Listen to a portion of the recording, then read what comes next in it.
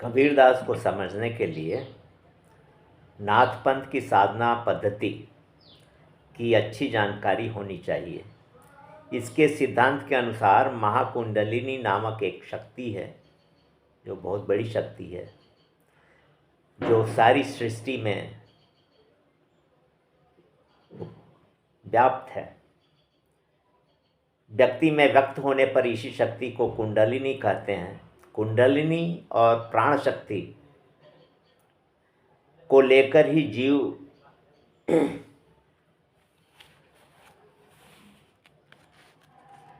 मातृकुक्षी में प्रवेश करता है। सभी जीव साधारणतः 3 अवस्थाओं में रहते हैं: जागृत, सुषुप्ति और स्वप्न। अर्थात या तो वे जागते रहते हैं, या सोते रहते हैं, या सपना देखते रहते हैं। इन तीनों ही अवस्थाओं में कुंडलिनी शक्ति निश्चेष्ट रहती है। इस समय इसके द्वारा शरीर धारण का कार्य होता है। इस कुंडलिनी को ठीक ठाक समझने के लिए शरीर की बनावट की कल्पना करनी चाहिए। पीठ में स्थित मेरुदंड जहाँ सीधे जाकर वायु और उपस्थ के मध्य भाग में लगता है, वहाँ एक स्वयंभू लिंग है, जो एक त्रिकोण चक्र में अवस्थित है। इसे अग्नि चक्र कहते हैं। इसी त्रिकोण या अग्नि चक्र में स्थित स्वयं भूलिंग को 3.5 बलयों या वृत्तों में लपेट कर सर्पिणी की भांति कुंडलिनी स्थिर रहती है। इसके ऊपर 4 दलों का एक कमल है, जिसे मूलाधार चक्र कहते हैं। फिर उसके ऊपर नाभि के पास स्वाधिष्ठान चक्र है, जो 6 दलों के कमल के आकार का है। इस चक्र के ऊपर मणिपुर चक्र है और उसके ऊपर भी हृदय के पास अनाहत चक्र है। ये दोनों क्रमशः 10 और 12 दलों के पद्मों के आकार के हैं। इसके भी ऊपर कंठ के पास विशुद्ध चक्र है, जिसका आकार 16 दल के पद्म के समान है। और भी ऊपर जाकर भूमध्य में आज्ञा नामक चक्र है, जिसके केवल 2 ही दल हैं। ये ही षटचक्र हैं।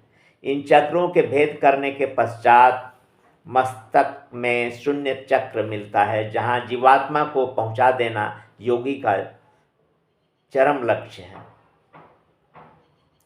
इस स्थान पर जिस कमल की कल्पना की गई है, उसमें सहस्त्र दल है, इसलिए इसे सहस्त्रार चक्र भी कहते हैं। शून्य चक्र ही गगन मंडल है, इसी को कैलाश भी कहते हैं। कबीरदास ने कभी कभी जब इसी शरीर में कैलाश के उपस्थित होने की बात कही है, तो उसका मतलब सहस्त्रार चक्र से ही रहता है।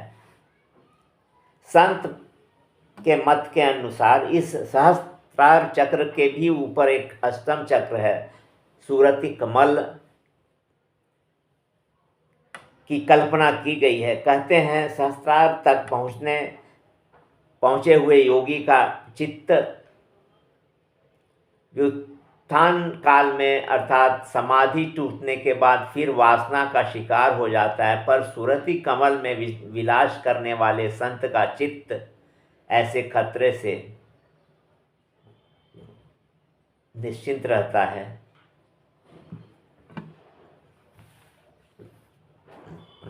अब मेरुदंड में प्राणवायु का वहन करने वाली कई नाड़ियां हैं, जिनमें कुछ का आभास हम सांस लेते समय पाते हैं। जो नाड़ी बाईं ओर है उसे ईड़ा, और जो दाहिनी ओर है उसे पिंगला कहते हैं। मस्त कबीर ने अनुप्रास मिलाने के लिए इनकी जोड़ी का नाम इंगला और पिंगला बना दिया था। ये दोनों ही बारी बारी से चलती रहती हैं। इन दोनों के मध्य सुषुम्ना नाड़ी है।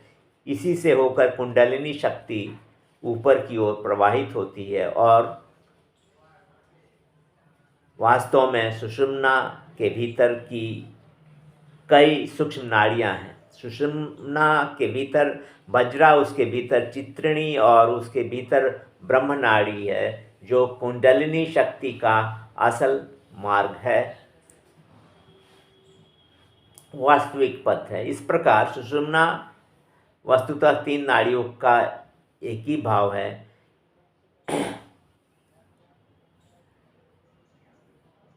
ईड़ा, पिंगला और ये तीनों नाड़ियाँ मिलकर 5 होती हैं, इसलिए इसको पंच स्रोत या 5 धाराएं कहने की भी प्रथा है। परंतु व्यवहार में ईड़ा, पिंगला, सुषुम्ना इन तीनों नाड़ियों की ही चर्चा होती है। इन्हीं तीनों नाड़ियों की सिद्धाचार्यों ने ललना, रसना, अवधूति कहा है। अवधूति अर्थात सुषुम्ना, क्योंकि जैसा कि हठयोग प्रदीपिका में कहा है वैसे ही तो शरीर में 72,000 नाड़ियां हैं, पर एक मात्र सुषुम्ना ही संभवी शक्ति है, बाकी नाड़ियां बेकार ही हैं। कबीरदास के विद्यार्थी को अच्छी तरह याद रखना चाहिए कि ईड़ा और पिंगला ही गंगा है और पिंगला ही यमुना है और सुषुम्ना ही सरस्वती है। इन तीनों का जहाँ ब्रह्मरंध्र में संगम हुआ है वही त्रिवेणी का प्रयाग है। कबीरदास कभी कभी शिव संहिता आदि हठयोग के ग्रंथों की भांति इसी त्रिवेणी में स्नान करने का विधान करते हैं। कबीर की उलटवासियों और योगात्मक रूपकों की कुंजी के समान इन सांकेतिक शब्दों को नहीं भूलना चाहिए। साधक नाना प्रकार की साधनाओं के द्वारा कुंडलिनी शक्ति को ऊपर की ओर ऊर्ध्वमुख उद्भुत करता है। साधारण मनुष्यों में यह कुंडलिनी अधोमुख रहती है, इसलिए यह काम क्रोध का कृतदास बना रहता है। कुंडलिनी जब उद्भुत होकर ऊपर की ओर उठती है तो उससे स्फोट होता है, जिसे नाद कहते हैं। नाद से प्रकाश होता है और प्रकाश का ही व्यक्त रूप महाबिंदु है। यह बिंदु 3 प्रकार का होता है: इच्छा, ज्ञान और क्रिया।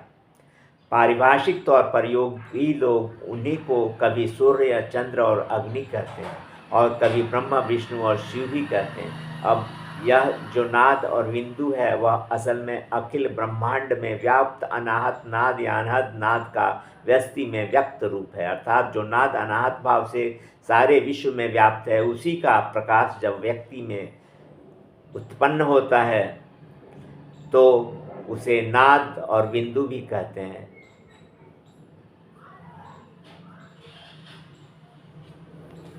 कबीर धर्मगुरु थे, इसलिए उनकी वाणियों का आध्यात्मिक रस ही आस्वाद्य होना चाहिए, परंतु विद्वानों ने नाना रूप में उन वाणियों का अध्ययन और उपयोग किया है। काव्य रूप में उसे आस्वादन करने की तो प्रथा ही चल पड़ी है। समाज सुधार के रूप में, सर्वधर्म समन्वयकारी के रूप में, हिंदू मुस्लिम ऐक्य के विधायक के रूप में और विशेष संप्रदाय के प्रतिष्ठाता के रूप में और वेदांत व्याख्याता दार्शनिक के रूप में भी उनकी चर्चा कम नहीं हुई।